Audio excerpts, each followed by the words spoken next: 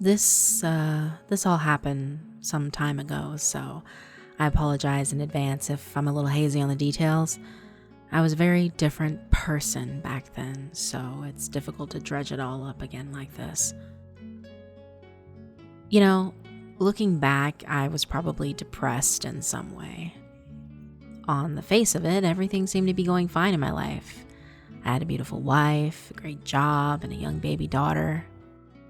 Everybody always told me I was so lucky, but I wasn't really happy. Deep down within myself, there was always this nagging sense that something wasn't right, that my life was just happening around me while I cruised through it on autopilot. It was like I was on rails and just going through the motions every day, doing what was expected of me and never really being myself. Of course, it's hard when you've got a young kid. All of a sudden, you never get a moment to yourself and your life isn't your own. Don't get me wrong, I loved her with all my heart, but sometimes in my darkest moments, I would wonder what my life might have been if I'd made a different choice. I'd even think about just running away, although I knew I'd never actually do it. It was just a notion I like to entertain every now and again. I'd reached that stage in my life where all your friends are settling down and having kids, and it feels like you have to book time weeks in advance just to meet for a couple of drinks or something. Like I said, I had a good job, but I was just beginning to realize that it was going to actually be my career probably for the rest of my working life. And if I really wanted to get the most out of it, I'd have to stop just marking time and start making a concerted effort, even though my heart really wasn't in it. So I suppose I was looking for some kind of refuge, a space in my life that was mine and mine alone, where I didn't have to pretend and no one was relying on me. I guess I found a pretty strange way to do it. I took up lucid dreaming. You know, I'd always been fascinated by dreams, ever since I was a kid. My dreams were always incredibly vivid and seemed a lot more coherent than most people's.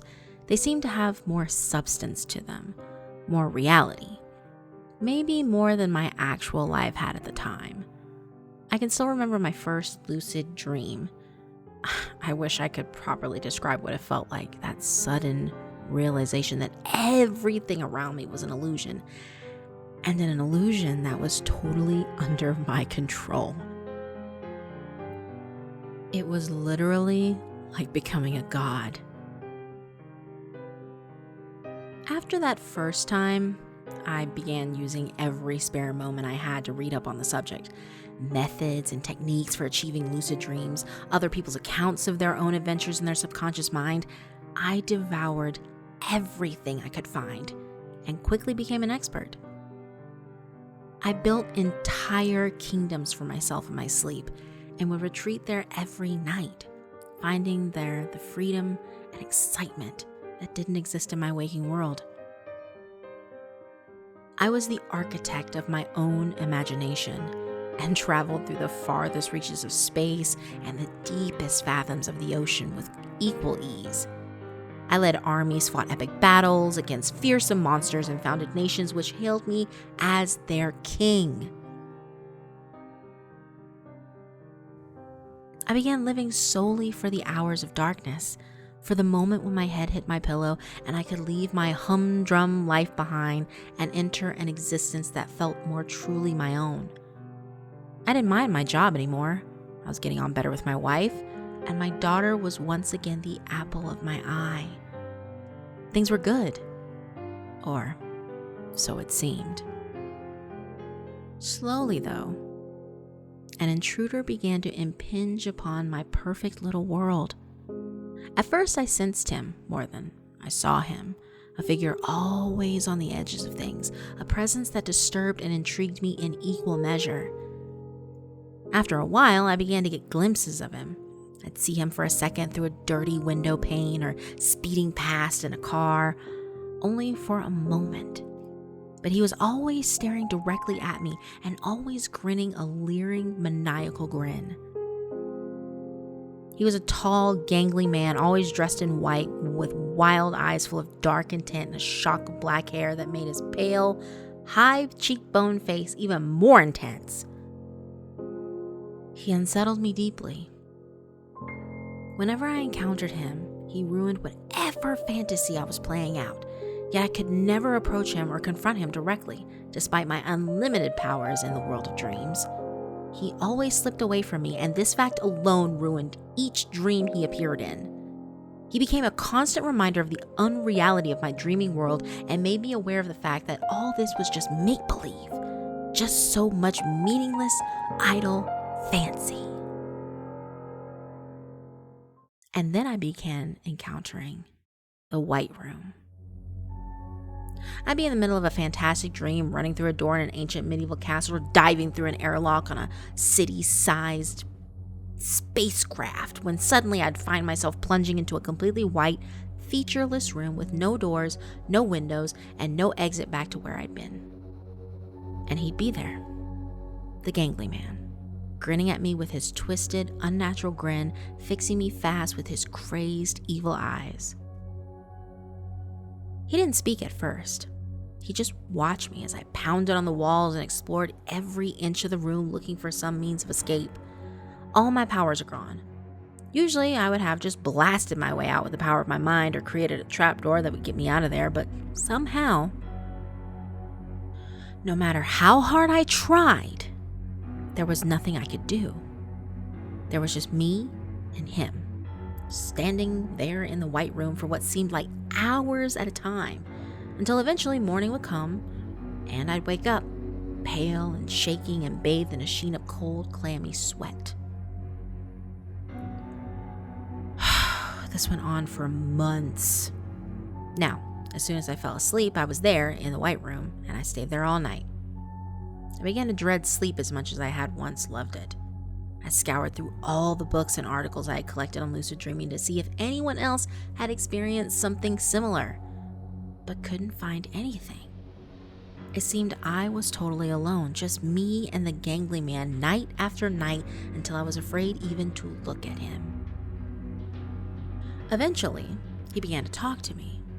He'd wait until I'd given up in my dream and curled into a ball on the floor, then he'd slowly approach me, crouch over me, and began to whisper in my ear in a low, calm voice.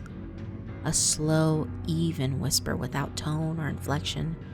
A whisper that would crawl into my ear like a snake and take up residence in my brain no matter how hard I tried to shut it out. I won't repeat the things he said. They were truly unspeakable. Terrible, evil things. What he was going to do to my wife, to my infant child, the agonies he would put them through, every tiny detail of the tortures he would inflict on them, all in the same careful, measured whisper. That same quiet tone that betrayed no emotion whatsoever. Hour after hour of this, from the moment I fell asleep until the moment I woke up. It sickened me. Sickened my very soul. And it was all the worse because I knew this was part of my dream. On some level, it was making me think those awful, horrible things. His voice was my voice, and his whisper was really mine. It was like a cancer inside my head, eating away at me from the inside out like a worm in an apple.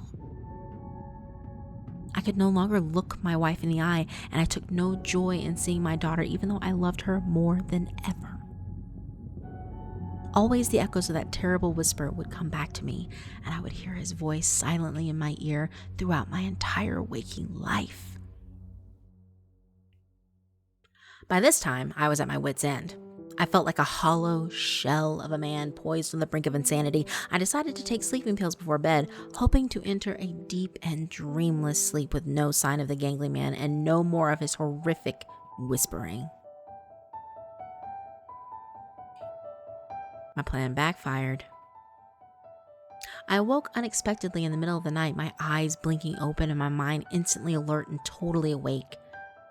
I sighed inwardly, lay there for a moment, and then decided to get myself a glass of water. Except I couldn't move. In reading about lucid dreaming, I'd heard of sleep paralysis before, but never experienced it. The reality was far worse than I'd ever imagined. I was trapped in my body, lying on my back and staring up at the ceiling, unable to move so much as a muscle, no matter how hard I tried. I felt both strangely disconnected from my body because I was no longer in control of it, and utterly rooted to it in a way I had never before. I could feel every inch of my skin, each fiber of the bedclothes tangled around me, yet even if a spider were to slowly crawl across my eyeball, there would be absolutely nothing I could do about it. I was terrified. Sleep, even if it meant another visit to the dreaded white room, would have been infinitely preferable to this. I don't know how long I lay there, my mind whirling like a maelstrom while my body remained as immobile as stone. I was a prisoner in my own skin, as helpless and vulnerable as my own newborn baby. Eventually, slowly and deliberately, a shape loomed out of the darkness into my vision, creeping inexorably into my line of sight. A familiar shape. A shock of jet black hair framing a deathly white face, eyes wide and lurid mouth grinning. The next thing I knew, I woke up screaming, lashing out with my arms and legs, and yelling at the top of my lungs. It took me a few moments to come back to myself and realize that I could move freely again, but by that time, the damage had been done. My wife was standing by the side of the bed, clutching the bedclothes around her with a look of utter terror on her face. An ugly red welt was spreading across her cheek, and her eye was already swelling and closing up. She looked desperately scared and vulnerable. All I wanted to do was hold her in my arms and protect her, but she flinched and backed away as I moved towards her. I hadn't meant to do it, but I caught her hard across the side of the face with my hand as I'd woken up. The last thing I ever wanted to do was to hurt her, but within an hour or so, a black, brooding bruise had formed across her face, and her eye was swollen shut. I felt more scared and guilty than ever. We both took the day off work and talked about what had happened. She'd noticed that I'd been growing more distant over the last few months, but she put it down to the stress of the new baby. I wanted to tell her the truth, but how could I? Mentioning the white room and the gangly man would just make me sound like a lunatic, and I couldn't repeat to her any of the things that were whispered to me in my dreams. I persuaded her that I just had a bad reaction to the sleeping pills, that I'd been having a hard time at work recently and hadn't been getting enough rest. We spent the rest of the day just watching movies and playing with the kid. It was good to take a bit of a break and to just do nothing for a change, but that night she insisted that I sleep in the spare room. I assured her that I wasn't going to take the sleeping meds again, but she was obviously still wary of me, and given the angry-looking bruise on her cheek, I couldn't say I blamed her. That night as I lay there, alone in that empty, darkened room waiting for sleep to come, I thought through the events of the previous night. It must have been just a dream. Had to be. The alternative was just too outlandish to contemplate. It must have been caused by the sleeping pills. The gangly man had been on my mind, so when the sleep paralysis caused by the pills kicked in, it's natural that if I was going to hallucinate, it would be him that I'd see. There was nothing more to it than that. Well, at least that's what I told myself. I don't know when I finally drifted off to sleep. Part of me was dreading it, but I was mentally and physically exhausted, so it was inevitable that I'd eventually succumb. My eyes flicked open again what felt like only seconds later, but I knew I must have been asleep for some time. I was almost expecting to see the stark, empty walls of the white room around me, but instead, the spare room was filled with the bleary half-light of an early morning. In the hours before dawn, before the day has properly begun. Once again, I was completely wide awake, as if a switch had suddenly been flipped in my brain. But this time, my eyes roamed around the room, seemingly at random, taking in every detail. To my huge relief, there was no sign of the gangly man anywhere. I tried to get up, but to my dismay, I found that I couldn't. I willed myself to move, but nothing happened. The fear rose inside me again, the fear of being rooted to the spot for hours and hours once more. Then my hand moved. I felt it slide up from the covers, then slowly push them back. Only it wasn't me that was moving it. I tried to stop it, tried with every fiber of my being to put my hand back down or force it out the side, anything, but let it continue what it was doing against my will. But there was nothing I could do to influence it. Despite the fact that I had directed the full force of my will against it, my muscles were not even tense. The hand moved easily, smoothly, and completely out of my control. I sat up. Again, I played no part in the movement. I tried to scream, but nothing came out. My legs swung over the side of the bed onto the floor. If I had been a prisoner in my body before, now I was simply a passenger. I stood up. I felt my mouth twist into a grin, a wide, demonic grin that felt like it would split my face in two. I felt my tongue touch my teeth, the roof of my mouth, my lips. I could hear myself whispering in a low, hushed monotone. I recognized the voice immediately.